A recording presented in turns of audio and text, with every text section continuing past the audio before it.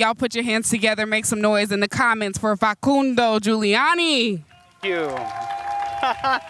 Thank you very much. Thank you. Well, sorry for the technical issues. It was because I wanted some sun on me and it was kind of cloudy, so I just wanted to wait for 15 more minutes. So let's start again. Today we're going to talk about content. My name is Facundo Giuliani. As I said before, I'm from Buenos Aires, Argentina. If anyone from Latin America, South America, anyone Spanish speaker? Eso. Cool. So I work as a developer relations engineer at Storyblok. We will talk about Storyblock later. I'm also part of the organization team of React Buenos Aires, a meetup that happens monthly in Buenos Aires about React. This is my Twitter handle, Facundo Zurdo. I will ask you if you can take a picture and share that on Twitter, so my boss sees that I'm actually working and I'm actually here and not on vacation, and so my mother sees that I'm okay and I'm enjoying the conference too. Cool, but enough about me. I'm here to talk about content. Specifically, I wanted to talk about content management system. A content management system is an application that is used to create and manage digital content. So what we have is an admin interface that we can use to create any kind of content. Then that content is integrated into a platform and it's stored in a database. And we can use that content to present it in our websites with a certain view layer or presentation layer. So, well, we can create articles, blog posts, or any type of content that we want to later display in our websites, in our applications. You may have heard about WordPress, Joomla, or Drupal. Those are content management systems, very well-known platforms. But there's an issue or a problem, let's say. Well, I have many problems, but content management is not one of them. But there's an issue or a problem that I see in these platforms, and the issue is happening with that view layer. WordPress, Joomla, Drupal, those are cool applications that allow us to create content super easy to display in our websites, but they are tying the developers to use a particular technology or presentation layer to display the content. So having that in mind, a new concept was developed the last years, the concept of headless content management system, trying to solve that issue because a headless CMS is a CMS where the content repository is separated or decoupled from the presentation layer. So in these headless CMSs, we will have an admin interface too. We will have an API with the database that will store the content that we are creating in the admin interface or the platform. We will have custom integrations with other products or services in the case that we want to create, I mean, if we want to have plugins or have our custom logic.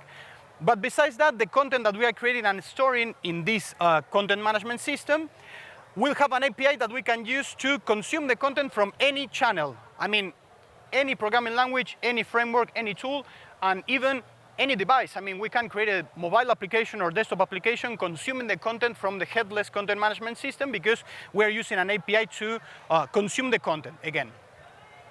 So the traditional or monolithic CMSs, the ones that I was speaking before, we can identify some differences with the headless content management systems.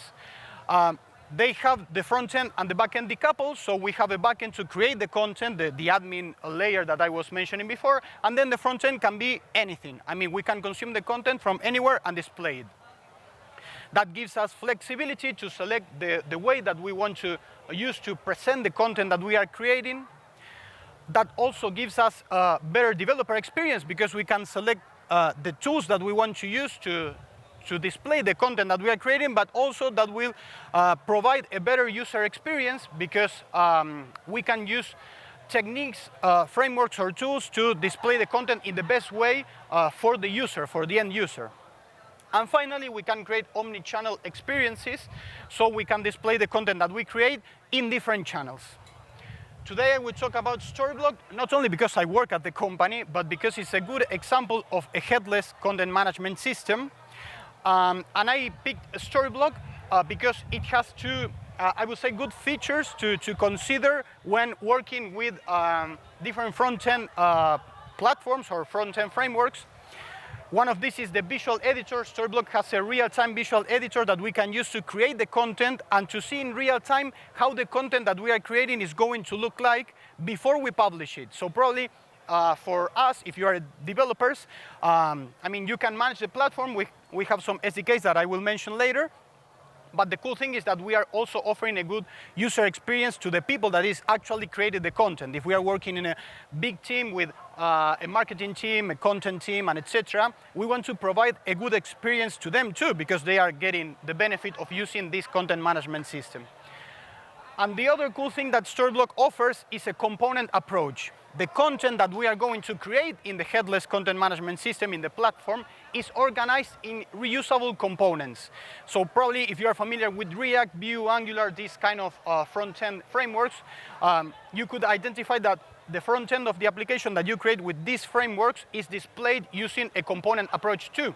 So if we are organizing the content that we create in the platform in a component way or component approach, and then we have components in the front end of our application, it will be super easy to link the content that we are creating and the way that we want to use to display that content. So as you can see, we can create components inside Storyblock, parts of a page, partial parts of a page, and we can, again, link this component with the visual representation of them in the front end of our application using the technology that we prefer. And besides that, I also mentioned this real-time visual editor. We will have a page where we can change the content and create the content in real time and see how it is going to look like, because this visual editor will use something that we call the Storyblock bridge to connect to the actual front end of our application. So it is not generating a preview, it is actually connecting to the real application and consuming the content from the platform to display to the content editors, the marketers, how the content that they are creating is going to look like when they publish it.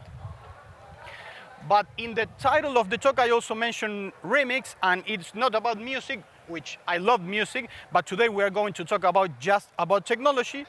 Remix is a new framework, or kind of new framework that if you didn't have the chance to watch Ken Sidot's talk yesterday, I recommend you to go and watch the stream, the recording, because it was super cool. And he did a very good introduction to Remix. Today I will just use Remix as a framework to create a small project and to show you how to work with Storyblock and headless content management system. Just I want to mention that Remix is a React-based framework that allows us to create full stack applications. We can work with server-side rendering and client-side rendering. It also uses the web fetch API, so the applications that we create using Remix can run in any platform. And well, the framework provides some cool features like using roads to manage the different pages that we are going to have in our website. We can have nested pages or components, so we can define the scope of the content and the components that we are displaying and the logic of the front end. And also it offers loaders and actions, which are functions that we can use in the server side of our application to manage the requests, the different requests that we are doing to the server. And based on this get and post HTTP request, we can generate dynamic content and show it to the user. Storyblock also offers different SDKs to work with different technologies, different frameworks. As I said before, the developer is not tied to use a particular technology, but we create tools to make the work easier for the developers to connect their projects to Storyblock using different frameworks, different tools. So one of these SDKs is the React SDK. As Remix is a React-based framework, this will be helpful for us to connect to Storyblock. It's pretty easy, I would say. We just need to install an npm package called Storyblock React. Then in our application, we need to import some functions that we are going to use. Storyblock init function that we are going to use to initialize the connection between our application and our space in Storyblock to get the content that we are going to use. Then we have an API plugin that we can use to initialize a Storyblock API client that we are going to use to consume the content from Storyblock as a platform. After that, we have a couple of helpers. Let's say we have a use Storyblock and another one called use Storyblock states. They are React hooks that we are going to use to update the content in real time if we are connecting the front end of our application with Storyblock, with the front end of our application. So if we are running our application using these React hooks, we will be able to see the changes in real time in the real-time visual editor of Storyblok. And then we have a flag or a function called Storyblok editable that we are going to use to mark the React components. So saying that this component is going to be edited inside the real-time visual editor. So that's something that it will help us to edit the content in the visual editor and see the changes in real time. In Storyblok, I work in the developer relations team, so we create content, tutorials, tools, SDKs to make the work easier for the developers. We have created a tutorial called Add a Headless CMS to Remix in 5 minutes. The truth is that with the latest changes that we introduced to the SDK and to the React SDK, it's super easy to connect a React application with Storyblok. So we should rename the tutorial as Add a Headless CMS to Remix in 2 minutes, and you have 3 more minutes of your lives to listen to a great Outcast song, for instance. So we had Outcast yesterday here. Yeah, thank you. Or any song that you want to listen, of course. But what I wanted to show you now is a quick demo. If we have some minutes, let me show you. So what I'm displaying now, it's a simple remix application, like a blog. You can see this is the home page of the application. We have an image or a teaser, let's say. Then we have a grid here with different columns. And then we have the related post. This is pretty simple, as you can see. But the cool thing is that this same application, I can load it inside Storyblok. So as you can see, we have the same website here running. And I have on the right-hand side a menu that is displaying the different components that we have in the content. So we have teaser, as I mentioned before, a grid and featured post, another component that we have in the page. And we have the possibility of editing these components in real time inside the visual editor and see the changes that we are introducing and how they are going to look like. So for instance, I can click on this teaser that I have. You can see that we are loading the information and the details related to this component. I have the headline here and the image, the background image that we are using. I can change this hello remix to hello RenderATL, for instance. I can go back to the page and I can, you can see that I can, for instance, drag and drop the different components and they will be reordered, as you can see. Then I also can click on one of these columns and instead of mail us, I can put like test text or something like that. And I can also add, for instance, blocks, new blocks. Let's say that I want to add a new teaser under this one. So I can click on this and put the new teaser. And well, as you can see, the changes are being displayed in real time. And that is because I have configured the connection between Storyblok using the Storyblok bridge and my application, my real application in the front end. All the changes that I'm introducing in the content management system now, they are not HTML code because, as we said, we can use the content that we create in the platform and distribute it in any channel. So what this content that I'm creating is really looking like is like a JSON object that we have. In Storyblok, we call the pages or these items stories. This story has a name, home, for instance.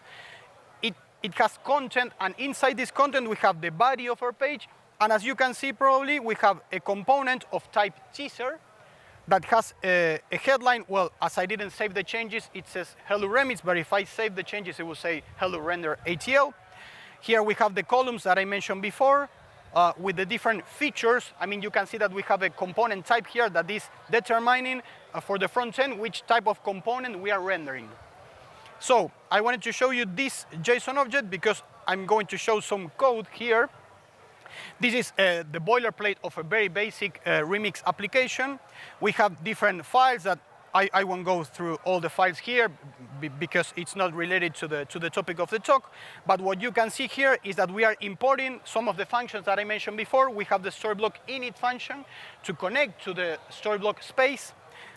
We are here listing all the components that we will have in our React application or Remix application, and we are linking these components with the representation in the content management system. So we will have here a feature React component that is living in this file, and this feature React component is going to connect to the feature component type that is coming from the content management system. So we are listing here, this list represents all the components that we want to be able to edit in the content management system. So we are saying to the content management system, hey, if the front end of my application receives a component of this type, I'm going to render it using this React component. And based on that, we will be able to identify the components inside the visual editor of the content management system, and of course, render the correct component type. Well, we have the Storyblock init function here. We are connecting to the space, as I said. We are initializing the API client that we are going to use to retrieve the content from the platform.